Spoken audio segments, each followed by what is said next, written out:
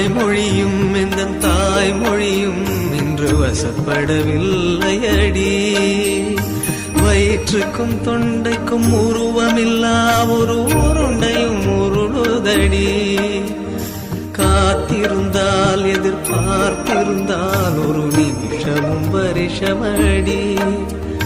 கண்கள் எல்லாம் என்னை பார்ப்பது போல் ஒரு கலக்கமும் தோன்றுதடி.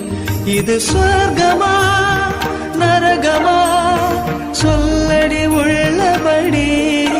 நான் வாழ்வதும் பிழை கொண்டு போவதும் உன் வார்த்தையில் உள்ளதடி. என்னவளே அடி என்னவளே.